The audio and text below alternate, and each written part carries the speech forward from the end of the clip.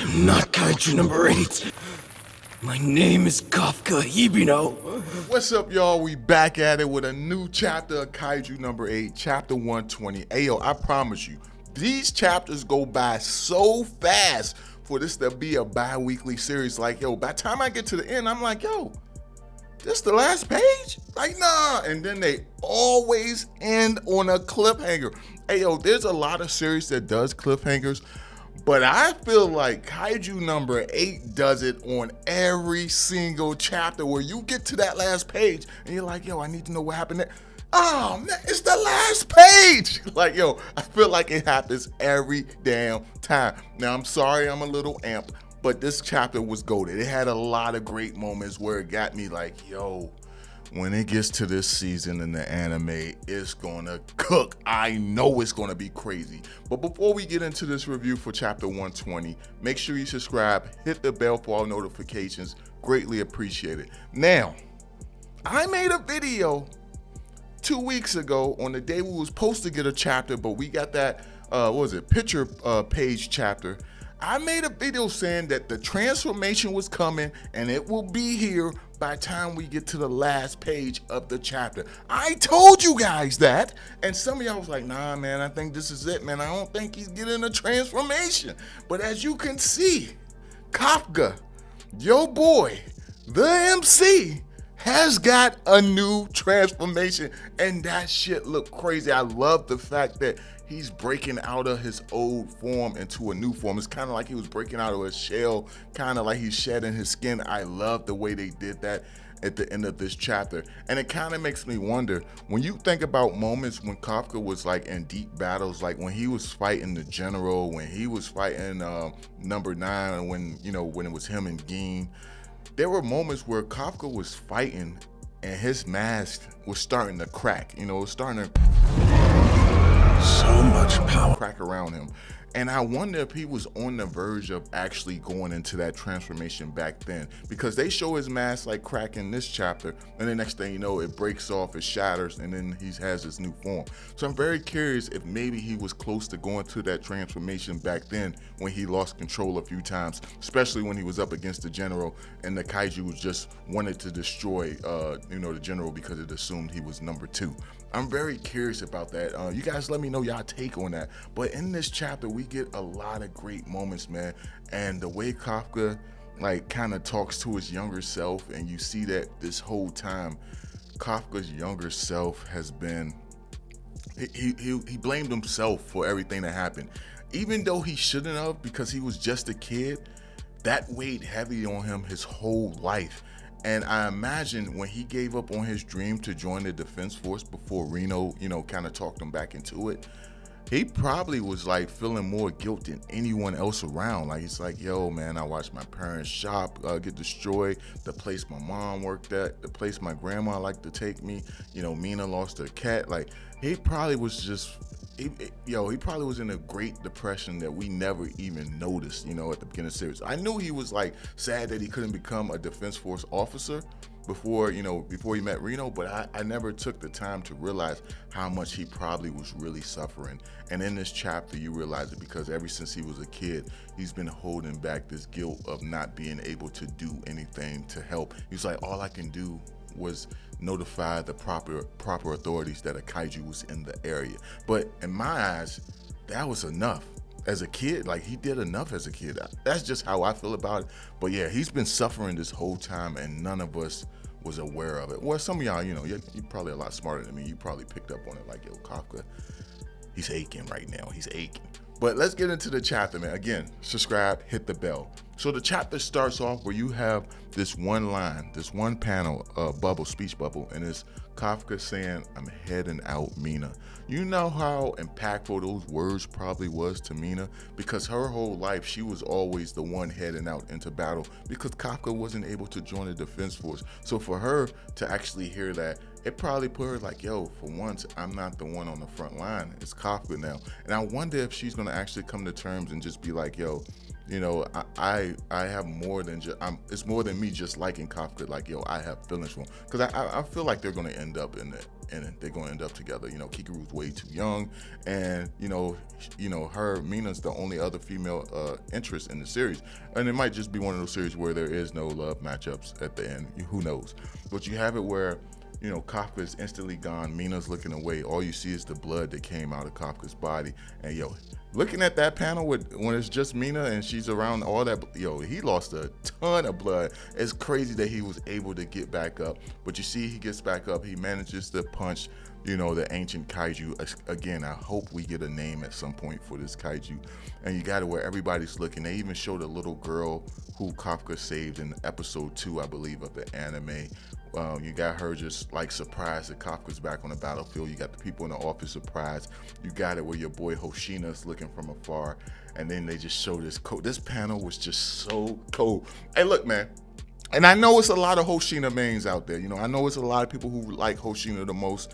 And for me, I'm up there with them. Hoshina's just that guy, but you can't say they don't be giving Gin like some of the coldest stuff to say. And it be simple stuff, but given the circumstances, it just make it so cold. The fact that he's sitting there on death's door, he just got stabbed by his heart.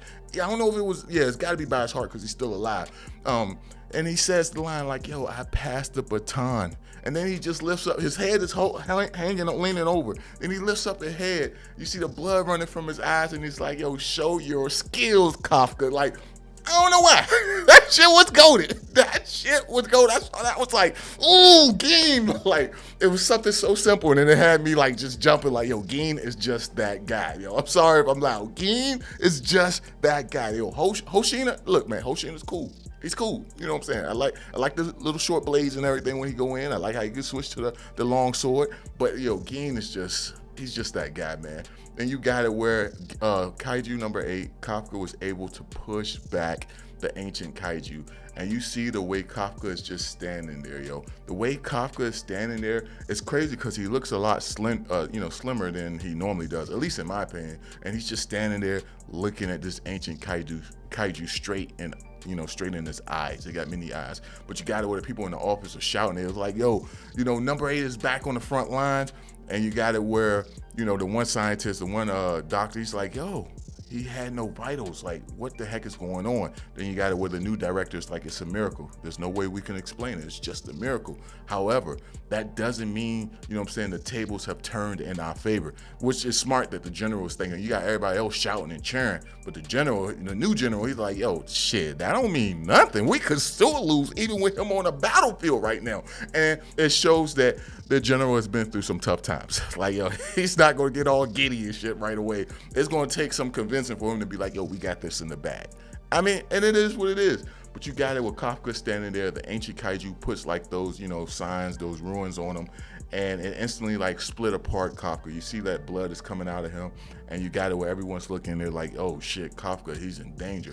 But you see that we're able to see his core. His core was exposed from the ruin attack from the ancient kaiju, but then it rapidly heals really fast. You got it where Hoshina's looking at Kafka like, yo, what the hell? Like, Kafka, what did you do? And it's crazy that Hoshina has that much of a connection with Kafka, that he knows this is more than what Kafka is normally capable of. He's looking at him like, yo, you did something. Like, you sacrificed something. And we all know, as the readers in the previous chapter, he gave away his humanity in order to beat this ancient kaiju. He will never go back to being human. And it seems like your boy Hoshina is on the verge of realizing that. Like, he's the first to notice that Kafka is completely different. And then you got it where he's like, yo, there's something off about him. Like, yo, there's something different about him. And then you have Kafka speaking. He's not speaking to Hoshina. And that's how I guess the average reader might perceive it to be, like him talking to Hoshina. No, he's talking to all the lost souls inside of him. The souls that got defeated by this ancient kaiju 400 years ago. And you got it what Kafka is telling them, I know, I'll unleash you soon. Just calm down. And I feel like Kafka is only saying that to him because he want to make sure that none of his friends are in the area where they will be affected by this new unleashed power. That's just how I'm taking it. I could be wrong. But you got it where Hoshina is still observing and he's just like, yo, something's different. something's wrong.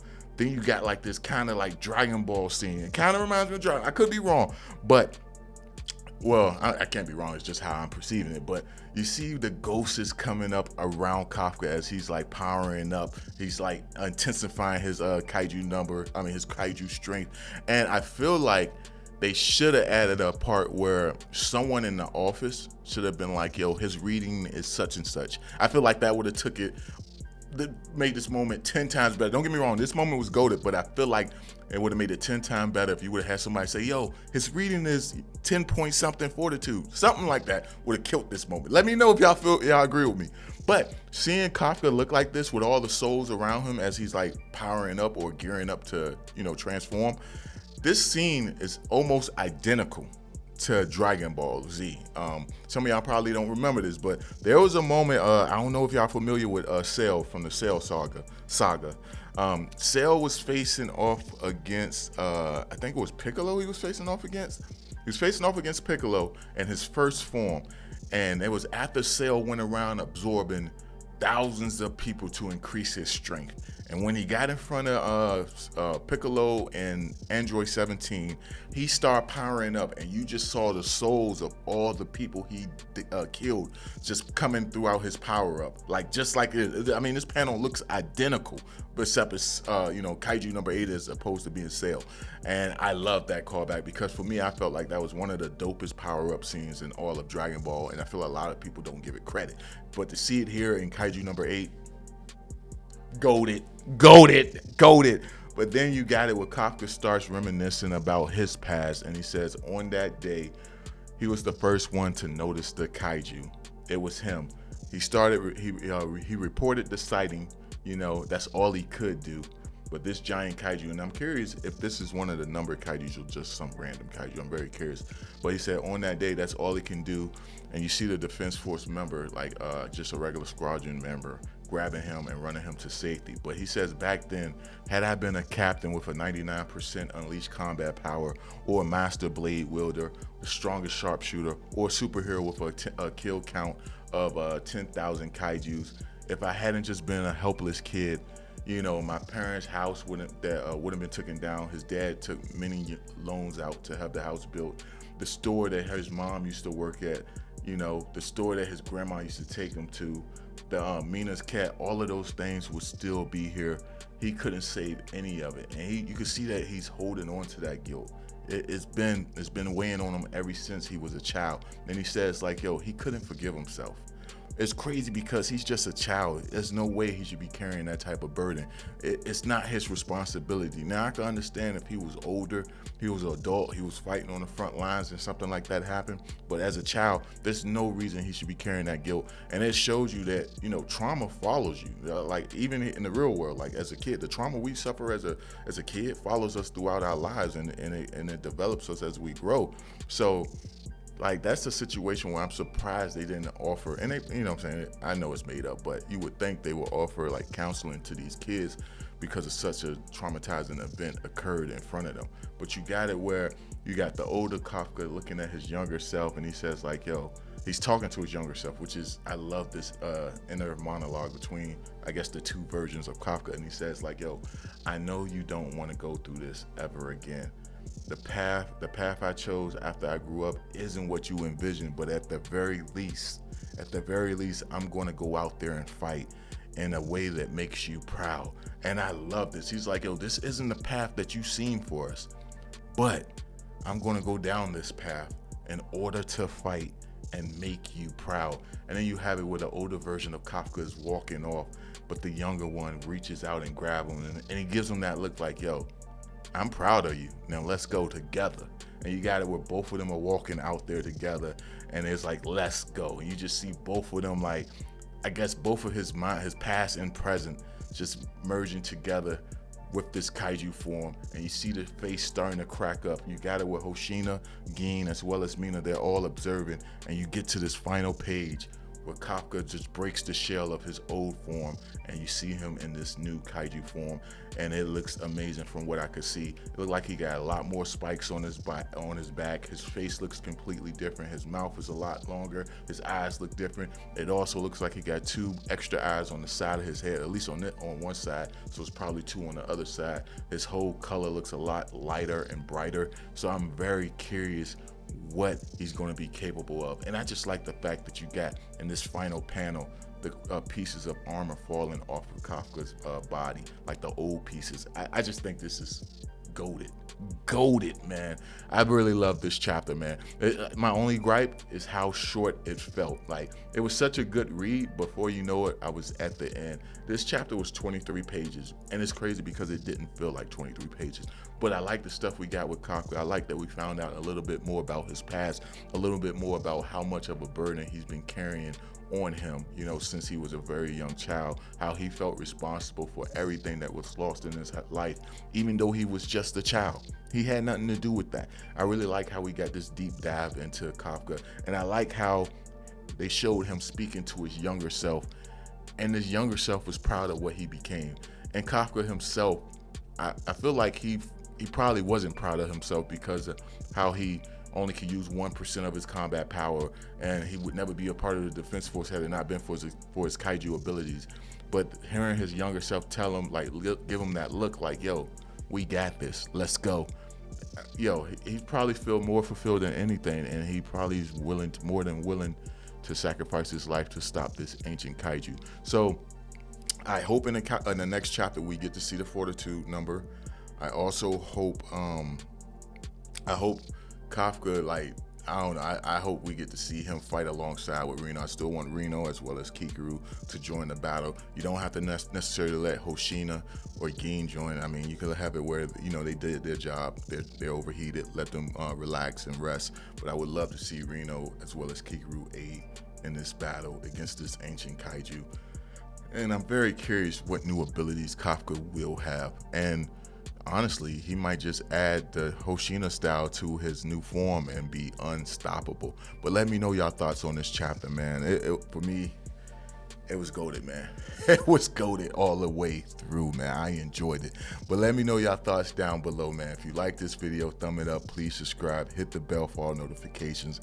And I'll catch y'all in the next one, man. Like, yo, this Kafka, man, this chapter is so good, man. I like the fact that the author has a bi-weekly series so they could get time to rest and they don't have to suffer from the struggles that most mangakas suffer with the weekly schedule.